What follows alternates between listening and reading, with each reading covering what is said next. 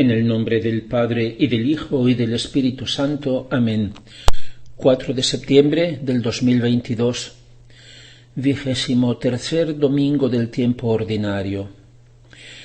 Queridos hermanos, el Evangelio de este domingo, de San Lucas, dice textualmente que en aquel tiempo una numerosa muchedumbre seguía a Jesús y se volvió a ella y les dijo: si alguno viene a mí y no odia a su padre, a su madre, a su mujer, a sus hijos, a sus hermanos, a sus hermanas e incluso a su propia vida, no puede ser mi discípulo. El que no toma su propia cruz y no viene en pos de mí, no puede ser mi discípulo. ¿Quién de vosotros, si quiere edificar una torre, no se sienta primero y calcula los gastos a ver si tiene para terminarla? No sea que si echa los cimientos y no puede acabarla, todos cuantos lo vean comiencen a burlarse de él diciendo: este empezó a construir pero no ha sido capaz de terminar el trabajo. ¿O qué rey, yendo a la guerra contra otro rey, no considera primero y delibera si puede hacer frente con 10.000 hombres al que viene contra él con 20.000? Si no, hallándose aquel todavía lejos, le manda mensajeros para tratar la paz. Así pues, cualquiera de vosotros que no renuncie a todos sus bienes, no puede ser mi discípulo. Queridos hermanos, ¿qué nos está diciendo el Señor con estas palabras? Que la vida cristiana, seguir a Cristo, es cosa seria. No se puede tomar con ligereza. No podemos hacer como esa muchedumbre que seguía a Jesús alegremente, como para hacer una excursión.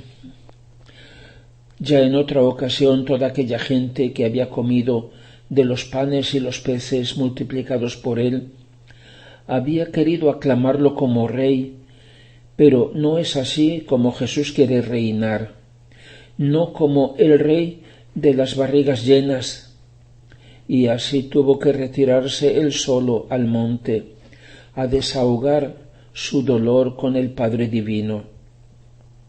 Aquella gente no comprendía, querían un rey para su comodidad, que les resolviera todos los problemas, que las librase de sus cruces y satisfaciera todos sus deseos.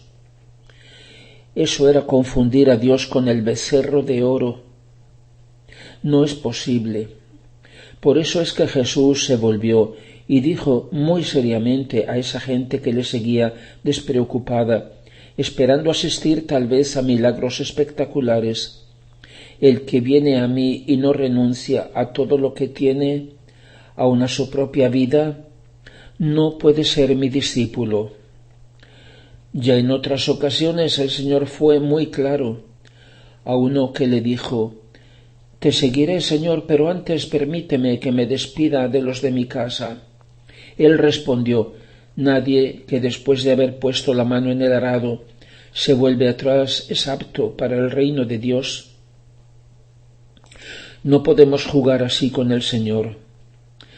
Hago notar que las palabras de Jesús en el Evangelio de Mateo, en otra ocasión diferente, son semejantes pero no iguales a estas del Evangelio de hoy.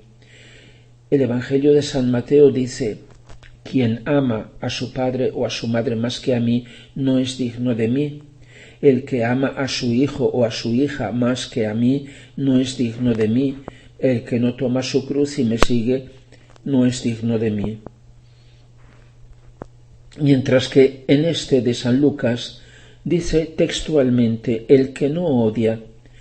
Es una expresión propia de los hebreos, que significa el que no ama menos al padre, a la madre, etc.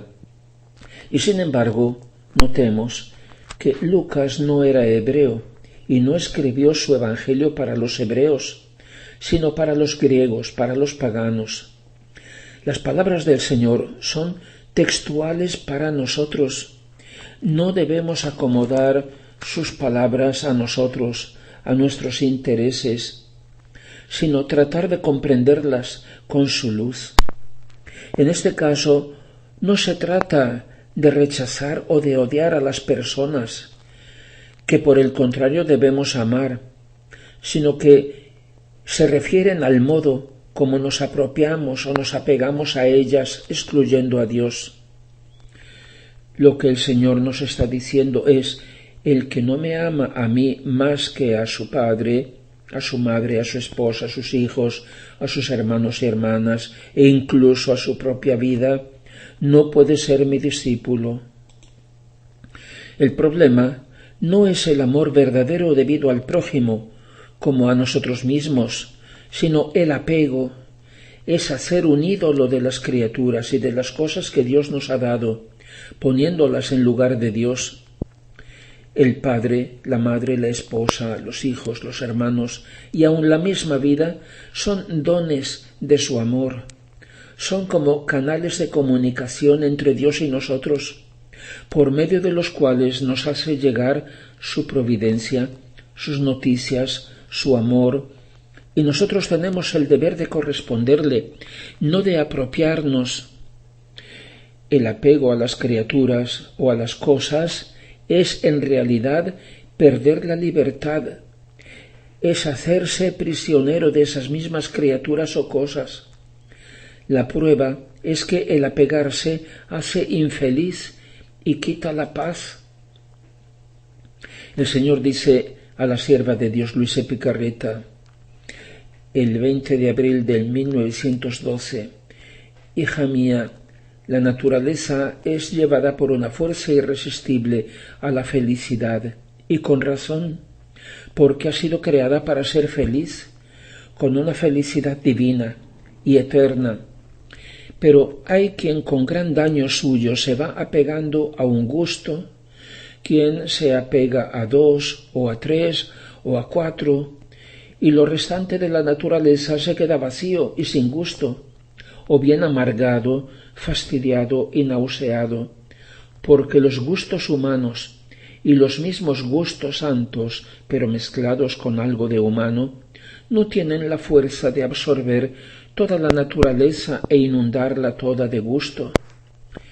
Y más aún porque yo voy amargando esos gustos para poder darle todos mis gustos, siendo innumerables, tienen la fuerza de absorber toda la naturaleza en el gusto.